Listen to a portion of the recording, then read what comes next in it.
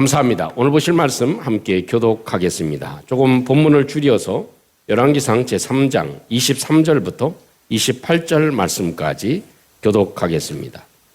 열왕기상 제3장 16절부터 23절부터 마지막 28절 말씀까지 23절입니다. 왕이 이르되 이 여자는 말하기를 산 것은 내 아들이요 죽은 것은 내 아들이라 하고 저 여자는 말하기를 아니라 죽은 것이 내 아들이요 산 것이 내 아들이라 하는도다 하고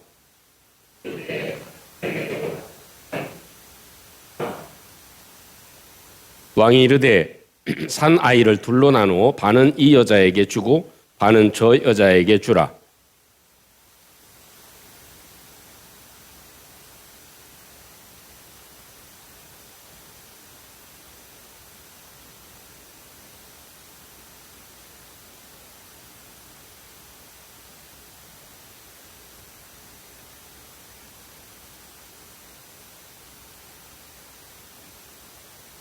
왕이 대답하되 이르되 산 아이를 저 여자에게 주고 결코 죽이지 말라.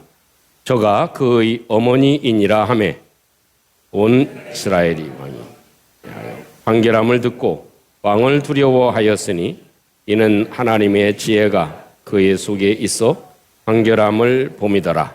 아멘. 하나님의 지혜가 그의 속에 있었다.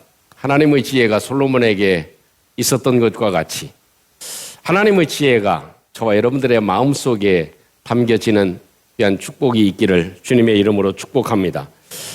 솔로몬의 재판은 사실 진실과 거짓의 구분입니다. 무엇이 진실이고 무엇이 거짓인가? 어떤 사람이 진실된 사람이고 어떤 사람이 거짓된 사람인가 하는 것을 구분하는 것이 이 솔로몬의 재판이라고 얘기할 수 있을 것입니다. 아시는 대로 이 한 아이를 두고 두 여인이 이 아이가 내 아이다고 싸우는 그런 과정 가운데 누가 진실된 여인인가 그리고 누가 거짓된 여인인가를 밝히는 그런 모습입니다. 사실 정황상으로 보면 CCTV도 없고 그 당시 일어났던 밤중에 일어났던 사건을 어느 누구도 알 수가 없는 상황입니다. 지금 같으면 간단하겠죠. 이렇게 유전자 검사를 해보면 이 아이가 누구의 아이인지 쉽게 발견할 수 있지만 그 당시에는 그런 기술이 발달되어져 있지 않고 또 여러 상황적인 정황으로 봐서는 참 이 이야기가 누구의 주장인지 잘 알 수 없는 그런 상황이 되었음을 우리는 잘 압니다. 그런데 사실 이 여자들이 얘기하는 소리를 들으면서 솔로몬은 하나님의 소리를 들을 수 있는 지혜가 그 속에 있었죠. 하나님, 이렇게 두 사람이 떠들고 있는데 진실된 것이 무엇입니까? 누가 진실된 것이고 이 진실을 알려면 어떤 방법으로 해야 되겠습니까? 하는 것이 솔로몬이 듣는 중에 하나님께 기도한 내용이 될 것입니다. 그래서 택한 것이 칼을 가져서 아이를 반으로 나누라 하는 그런 이야기가 생각이 나게 되었고 그 일로 인해서 참 지혜로운 그런 판결을 내리게 되는 그런 부분들이 기록되어져 있습니다.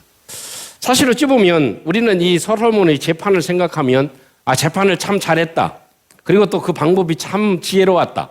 이런 생각으로 그칠 수가 있지만 우리 두 번째 시간으로 맞이하면서 이 성경을 조금 더 다른 측면에서 우리에게 어떤 말씀을 해주고 계신가 하는 것을 함께 마음에 담아볼 뿐만 아니라 솔로몬에게 있었던 하나님의 지혜가 내 속에도 주어져서 우리 삶에도 여러 가지 생각과 삶의 현장 속에 일어나는 일들 가운데 지혜로운 그런 삶을 선택하고 살아가는 저와 여러분들이 되었으면 좋겠습니다.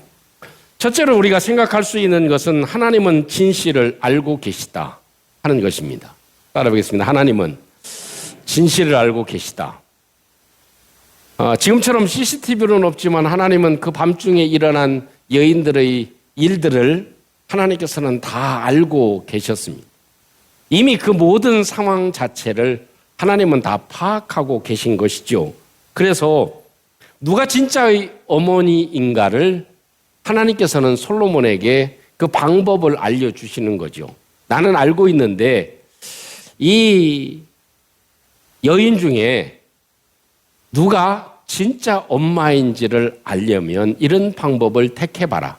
그러면 내가 알고 있는 진실이 나타나게 될 것이다 하는 말씀을 하나님께서 해주고 계신 것입니다. 여러분 참 상황을 보면 얼마나 어수선한 상황입니까?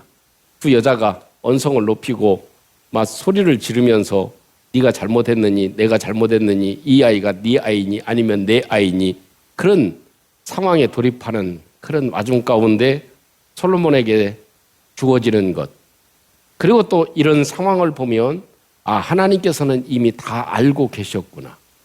우리는 밝힐 수 없지만, 드러나지 않았지만, 증거는 없지만 하나님께서는 다 알고 계셨고 또 그것을 솔로몬에게 하나님께서 알려주셨다 하는 것입니다. 여러분, 우리는 살아가면서 참 억울한 일들을 참 많이 당하죠. 자기 자식이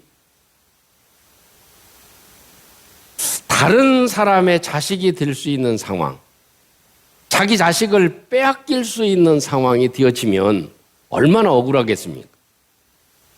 분명히 내가 낳은 자식은 본능적으로도 알 뿐만 아니라 며칠 지나면 그 아이의 특성이 있잖아요. 그런데도 불구하고 다른 여자가 내 아이라고, 그것도 친구였던 여자가, 한 집에 사는 여자가 내 아이라고 우길 때 이 얼마나 억울하고 답답하겠습니까? 그래서 사실 이 판결을 받고 싶은 것이죠. 여러분, 우리도 사실 억울한 일을 당할 때가 참 많습니다. 저도 목회자로 살아가지만 지난 날들을 살펴보면 참 오해를 받는다거나 또 생각하지 못한 그런 일들이 생길 때가 참 많이 있습니다. 그런데 그 당시는 억울하고 그래도 조금 지나고 나면 그것들이 다 밝혀지고 또 제 마음을 알게 되는 그런 상황이 상당히 많이 있었습니다. 굳이 설명을 하지 않고 내 마음을 이렇게 내 속을 이렇게 보여줄 수는 없기 때문에 그 당시는 그냥 침묵하고 그냥 넘어가지만 그래도 시간이 지나고 나면 그래도 김 목사가 이런 마음이었구나 하는 그런 생각을 다시 가지게 되고 오해를 풀게 되는 상황들이 참 여러 번 있었습니다. 어느 마을에 행실이 좋지 못한 한 처녀가 있었습니다. 그런데 어느 날 이 처녀가 임신을 한 겁니다. 그러니까 부모로서는 얼마나 걱정이 됩니까? 결혼도 안 한 처녀가 아이를 임신을 했다고 하니 다그치기 시작했습니다. 야, 이 애가 누 애고 이실 짓고 해라. 하도 다그치니까 이 처녀가 얘기를 했습니다. 사실은요, 아빠, 우리 마을의 목사님이 아빠입니다. 그랬어요. 그리고 나서 그 아이를 집에다 두고 야반 도주해 버린 겁니다. 그러니까 교회가 얼마나 난리가 나겠습니까? 그 목사님은 몇 년 전에 사모님을 먼저 보내고 홀로 계신 목사님이었습니다. 근데 목사님이 처녀를 만나서 애를 낳았다. 임신을 시켰다. 이러니까 이게 얼마나 교회는 난리가 났죠. 그 마을 전체가 난리가 났습니다. 근데 더 문제가 되는 건 뭐냐면 목사님이 아무 말도 하지 아니하시고 그 아이를 데리고 온 겁니다. 그리고 변명도 하지 않고 그 아이를 데리고 왔습니다. 그러고 나니까 사태가 더 심각해졌습니다. 어떻게? 그런 목사님을 우리 교회에서 모실 수가 없다. 그래서 쫓겨나는 상황이 됐습니다. 교회를 두고 쫓겨나가야 됐죠. 그래서 이 목사님은 선택의 여지가 없으니까 멀리 떨어진 산골 마을로 가서 그곳에서 교회를 개척하고 또 그 아이를 돌보면서 또 농사를 짓고 막노동을 하면서 살게 됐습니다. 그러다가 한 10년의 세월이 지났습니다. 진짜 이 엄마가, 그 아이 엄마가 이제는 몹쓸병에 걸려가지고 요양을 해야 되는데 갈 데가 없으니까 친정으로 온 겁니다. 친정에 와 보니까 생각지도 않은 일이 벌어진 거죠. 어떤 일이? 목사님이 그 교회에서 쫓겨난 상황이 됐습니다. 그래서 야, 이거 큰일 났다. 아니, 이런 일이 생길 수 있나 해가지고 부모에게 얘기를 했습니다. 아빠, 엄마, 사실은 목사님이 애의 아버지가 아니고 옆 마을에 사는 아무개 청년이야. 야, 이놈 자식아. 그걸 미리 얘기했어야지. 이제 와가지고 그 얘기를 하냐? 이 사태를 어떻게 수습할래?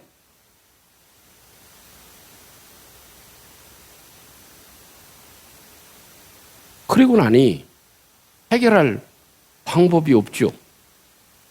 그래서 그 사실이 이제 교회에서도 알려지게 됐습니다. 그래서 수소문해서 목사님한테 찾아가서 목사님, 저희가 참 잘못했습니다. 오해했습니다. 용서해 주십시오.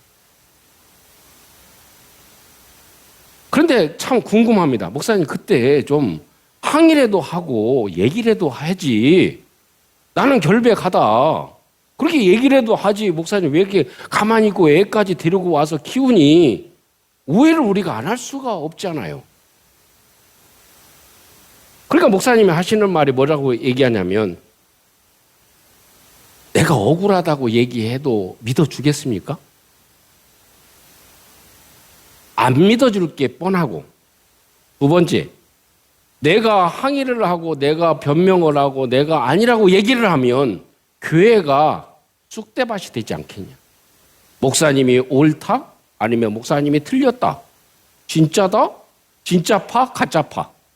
뭐 이렇게 돼가지고 목사님을 내보내야 된다? 아니다.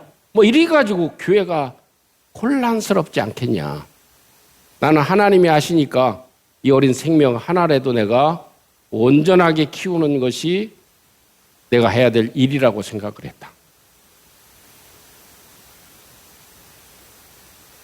그래서 오해가 풀리고 그 아이가 어떻게 자라갔는가 보니까 10살이 됐는데 너무나 영특하고 바르고 잘 자란 모습을 보고 참 성도들과 그 낳은 엄마가 감동의 눈물을 흘리게 됐다는 이야기가 있습니다. 여러분, 우리가 살다 보면 억울한 일들이 얼마나 많은지 모릅니다. 그러나 하나님은 반드시 아시는 줄로 믿습니다. 저도 참 이렇게 속을 까내 보일 수도 없는 상황이 참 많습니다. 변명을 하고 얘기를 하고 설명을 하는 것 자체가 구차할 수도 있습니다. 그런 일들이 우리가 속에는 참 많이 있습니다. 그러나 하나님은 아시고 그 모든 일들을 해결해 주시는 것, 결국 친모가 누구인지를 밝혀주시는 하나님. 하나님은 모든 것을 알고 계신 하나님이시다 하는 사실을 말해줄 뿐만 아니라 반드시 언젠가는 진실은 드러나게 되어져 있다. 누가 가짜 엄마고 누가 진짜 엄마인지 시간이 지나면 반드시 그 일은 밝혀지게 되어져 있다 하는 사실을 우리에게 교훈해 주고 있는 것이 오늘 우리에게 주시는 메시지가 아닐까 싶습니다. 두 번째의 메시지가 있다면 그것은 오늘 하루를 살아가는 저와 여러분들도 예수 그리스도를 믿는 믿음의 사람이라면 우리는 진실을 찾아가려고 하는 노력이 필요하다는 것입니다. 우리의 삶에 이 솔로몬도 진실을 찾아주는 사람이 됐죠. 그것은 무엇을 얘기하냐? 솔로몬처럼 진실을 찾아주는 사람처럼 저와 여러분들의 삶이 이제는 진실을 찾아가는 사람이 돼야 된다 하는 걸 우리에게 보여주고 있지 않나. 그래서 예수님은 이렇게 얘기하시죠. 평상시에 말씀하실 때도 있지만 아주 중요한 얘기를 하실 때에는 진실로를 2번 얘기합니다. 이건 내 속에 있는 진심을 얘기하는 것이다. 이것은 사실이다 하는 것을 강조하시는 예수님의 모습을 보여주고 있습니다. 여러분, 믿음이라고 하는 것은 진실이라는 말과 충성이라는 말 세 의미가 함축되어 있는 단어가 믿음이라는 말입니다. 그래서 사람이 예수님을 믿는 사람이야 라고 얘기하는 것은 저 사람은 진실된 사람이야, 저 사람은 충성된 사람이야 라고 통하는 그런 단어가 곧 믿음이라고 하는 단어인 것입니다. 그래서 우리 삶에서 내 자신도 진실을 따라 살아 움직이는 것, 진실을 찾아가려고 애쓰는 것, 저 사람의 마음도 진실된 마음을 내가 찾아가는 것, 그것이 우리가 해야 될 중요한 일이 아닌가. 우리는 사람의 마음과 마음을 다 알 수는 없지만 그래도 그 사람 편에서 생각하고 그 사람 편에서 이해하고 그 사람 마음을 한 번쯤 그 진실을 알아가려고 하는 것, 또 내 자신 자체가 진실된 마음으로 살아가려고 애쓰는 것, 이것이 필요하다. 진실을 찾아가려고 하는 노력이 우리에게 필요하다 하는 것입니다. 괴테는 이런 의미스러운 얘기를 했습니다. 거짓은 매우 간악한 것이다. 하지만 우리들은 거짓에 의해서 생활하고 있다. 참 아이러니한 얘기죠. 정말 거짓이라고 하는 것은 정말 나쁜 것인 것은 사실입니다. 그러나 우리는 그 거짓에 의해서 생활을 하고 있다는 것. 때로는 겉과 속이 다를 때도 있고요. 속마음과 또 겉으로 표현하는 것이 다를 수도 있고요. 또 밖으로는 좋게 표현하지만 속으로는 정 아닌 생각을 가지고 살아갈 때도 있고요. 이 세상 자체는 다 진실이라고 얘기하기가 어려울 만큼 많은 것이 거짓으로 판을 치고 있는 세상 속에 살아가고 있는 것이 저희들의 삶이다. 이렇게 괴테는 미리 이야기를 해주고 있기도 합니다. 그래서 이 아리스토텔레스는 제자들에게 사람을 설득할 때는 꼭 세 가지가 필요하다 하는 그런 얘기를 우리에게 교훈적으로 남겨주고 있습니다. 첫째로는 로고스, 즉 이성을 지켜라 하는 것입니다. 다른 사람하고 대할 때는 이 이성을 지켜야지, 이것이 과부하가 걸려서 감정이 폭발돼서 되면 그 사람을 설득하는데 큰 장애를 가질 수 있다 하는 것입니다. 그래서 이 논리와 명확한 그런 증거를 제시하고 차분한 이성적으로 접근해야 그 상대를 설득할 수 있다라고 얘기를 합니다. 두 번째는 피토스라는 단어를 사용합니다. 그것은 듣는 사람의 감정을 생각하는 것입니다. 내가 아라고 얘기하지만 저 사람은 기분 나쁘게 받아들일 수가 있죠. 아! 하면 어떻게 해요? 사람이 기분 나쁘게 받아들일 수 있어. 그러니까 내가 어떻게 얘기하는 것이 저 사람이 마음을 상하지 않을 수 있을까 하는 것을 생각하고 접근을 해라. 이것이 피토스, 파토스라는 그런 단어를 사용합니다. 세 번째는 에토스. 그것은 말하는 자신이 진실된 삶을 사는 사람이 되어야 한다. 그것은 말하는 당신 자체가 저 사람은 진실된 사람이야. 저 사람은 믿을 수 있어. 이런 생각을 갖게 해야 다른 사람을 설득할 수 있다 하는 그런 이야기를 해 주었습니다. 그러면서 이 아리스토텔레스는 세 가지 중에서 가장 마지막인 에토스가 가장 중요하다. 저 사람의 말이라면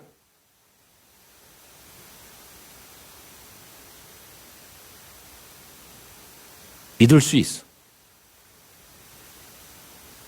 돌로 메주를 쓴다고 해도 믿을 수가 있어. 팥으로 메주를 쓴다 하더라도 믿을 수 있는 사람이 되면 그 사람은 다른 사람을 충분하게 설득할 수 있는 관계를 형성할 수 있다 하는 것입니다. 우리 삶에 있어서 가장 중요한 건 무엇일까요? 서로를 대할 때 진실로 대하는 것입니다. 우리는 진실을 찾아가는 사람입니다. 믿음을 찾아간다는 것은, 믿음으로 산다는 것은 진실되게 살아간다는 것을 의미하기도 합니다. 그래서 이 성경을 보면서 무엇을 얘기합니까? 나도 진실된 삶을 살아가야 되겠구나. 남의 것을 내 것이라고 얘기하는 사람들이 얼마나 많이 있습니까? 또 한 여인은 뭐라고 얘기합니까? 그래, 줬어. 네 것도 되게 하지 말고 내 것도 되게 하지 말자. 그러니 나누시오. 이런 사람들이 참 많습니다. 내가 이득을 보지 못하니 당신도 이득을 볼 수가 없어. 이렇게 살아가는 사람들이 얼마나 많이 있습니까? 그래서 자기가 먹을 우물물이 자기가 먹을 수 없다면 그것에 침을 뱉기도 하는 세상이 지금 우리가 살아가고 있는 세상이 아닙니까? 그래서 이 상황을 보면서 나도 진실된 삶을 살아가야 되겠구나. 그래서 남의 것을 내 것이라고 우기고 다투고 싸워서 그것을 내 것으로 만드는 사람이 아니라 내가 포기할 수 있는 사람. 당신이 그렇게 원하면 그래, 죽이지 마시오. 죽이지 말고 그 아이를 다른 사람에게, 그 여인에게 주세요 라고 얘기하는 것. 그러니까 이 여자의 마음이 어떻게 해요? 들끓었다. 아주 마음이 그냥 불붙는 것 같이 됐다.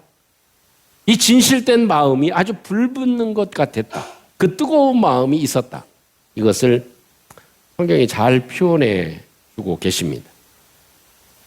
미국의 펜실베니아의 한 작은 교회를 다니는 어린 학생이 있었습니다. 이 아이는 생각할 때 우리 교회가 좀 컸으면 좋겠다. 장소가 너무 좁고 우리 학생들이 이렇게 마음껏 뛰놀 수 있는 공간이 없으니까 참 우리만이라도 이렇게 마음껏 예배하고 뛰놀 수 있는 곳이 있으면 좋겠다. 교회가 좀 컸으면 좋겠다. 이런 생각을 가지고 있었습니다. 그래서 이 아이는 매일 기도를 하면서 하나님께 드리는 편지, 따라보겠습니다. 하나님께 드리는 편지. 그런 편지를 매일마다 썼습니다. 그러면서 이제 자기가 표현한 건 하나님, 우리 교회가 좀 너무 적은 것 같아요. 그러니까 우리 교회가 마음껏 우리 친구들이 함께 놀 수 있는 그런 넓은 장소, 또 다른 건물이 있었으면 참 좋겠습니다. 하나님 도와주세요. 이런 편지들을 하루하루 이렇게 써나가게 된 것입니다. 그런데 어느 날 갑자기 큰 사고로 이 아이가 9살 때 세상을 떠나게 됐습니다. 그 어린 딸이 세상을 떠나고 나니까 그 부모의 마음이 어떻겠습니까? 어쨌든 그 세상을 떠난 그 딸의 유품을 이렇게 정리를 해보았습니다. 옷가지와 생활품 이런 것들을 정리하다 보니까 거기에 편지가 들어있는 거죠. 글이 들어있는데 보니까 하나님께 드리는 편지. 이래서 계속 한 장씩 이렇게 하나님께 드리는 편지에서 이렇게 적어놓은 게 있었던 거예요. 그것을 보고 그 부모가 우리 딸이 원하는 것이 바로 이런 것이었구나 라고 생각을 하고 담임 목사님께 그 편지를 가지고 찾아갔습니다. 러셀 코넬 목사님에게 전달을 했습니다. 그 목사님이 그 내용을 이렇게 쭉 읽어보고 그 다음 주일날 설교를 하면서 이 아이의 편지를 읽어주기를 시작했습니다. 누구도 생각하지 못한 이 진실된 마음, 그 간절한 마음, 이것이 감동이 돼서 목사님도 울고 성도들도 함께 울면서 떠나보낸 그 아이를 생각하게 되었습니다. 그래서 이제 교회에서 결정을 해서 그래도 우리가 한번 십시일반 건축 헌금을 한번 해봅시다. 그래서 헌금을 한 결과 자그마한 또 다른 공간을 건축할 수 있게 됐습니다. 그 공간에서 노동자들을 위해서 야간 학교를 운영하기를 시작했습니다. 그래서 그것이 발전이 돼서 초등학교, 중학교, 그리고 대학교가 됐습니다. 그 학교가 지금 100년이 넘은 전통을 가지고 있는 미국의 대표 명문 중에 하나인 템플 대학교로 발전하게 되었다는 것입니다. 한 아이의 진실된 하나님께의 드리는 기도, 그것이 그 하나의 진실함이 결국 이런 엄청난 결과를 가져왔다는 것입니다. 사랑하는 성도 여러분, 하나님은 모든 진실을 다 알고 계십니다. 좀 억울하고 또 힘들고 누명을 쓰고 뒤집어지는 그런 일이 있다 하더라도 모든 것을 아시고 회복시켜 주시는 하나님을 의지하는 저와 여러분들이 되시기를 주님의 이름으로 축복합니다. 또한 우리에게 필요한 것은 나 자신에 대한 진실이 필요할 것입니다. 진실을 찾아가는 것. 세상이 거짓 속에 있다 할지라도 나 자신을 속이지 않고 내가 진실을 찾아가며 살아갈 때, 내가 오늘도 진실된 기도를 하나님께 드릴 때 그것은 반드시 하나님께서 이루어 주신다. 자기 자식을 잃을 뻔한 그 사건 속에 하나님은 진실을 밝혀주셨고, 그리고 또한 결국 자기 자식을 얻을 수 있게 된 이 놀라운 은혜를 우리에게 보여주고 있음을 함께 저와 여러분들이 간직하시고, 오늘 잠시 드리는 기도가 하나님께 대한 진실한 기도, 이것이 하나님께 상달돼서 하나님의 응답하심으로 채워주시는 귀한 은총이 있기를 주님의 이름으로 축원합니다. 우리 같이 한번 기도하겠습니다. 하나님, 사람은 알지 못하지만 하나님께서는 우리의 속마음을 아시고 우리의 안타까움을 하나님은 아십니다. 또 우리의 모든 것들을 하나님께서는 다 파악하고 계시고 알고 계십니다. 하나님, 그 하나님을 저희들은 믿고 신뢰하고 살아가고 있습니다. 하나님, 이 거짓된 세상 속에서 정말 저희들이 참 진실된 삶을 살아갈 수 있도록 하나님 도와주시고, 또 내가 기도할 때도 하나님께 내 진실된 마음을 하나님께 드릴 수 있는 이 시간이 될 수 있도록 하나님 도와주시옵소서. 우리 같이 함께 한번 마음을 들여서 우리 함께 기도하겠습니다. 내려오신 우리 아버지 하나님, 우리가 사는 이 세상 속에는 거짓과 또 편견이 난무해서 우리의 마음이 답답하고 속을 내 보일 수 없는 상황들도 참 많이 있습니다. 오해가 오해를 낳는 그런 일들도 참 많이 있습니다. 하나님, 저희들을 도와주시고 인도해 주셔서 하나님은 모든 것을 아시는 하나님이심을 오늘도 고백합니다. 하나님, 늘 오늘도 우리 하나님 앞에 진실된 삶을 살아갈 수 있게 하시고 하나님을 온전히 신뢰하며 살아갈 수 있는 저희들이 될 수 있도록 하나님께서 역사해 주시옵소서. 종을 빌고 예수님 이름으로 기도합니다. 자비로우신 우리 아버지 하나님, 오늘도 하나님을 섬길 수 있는 귀한 은총 주심을 감사합니다.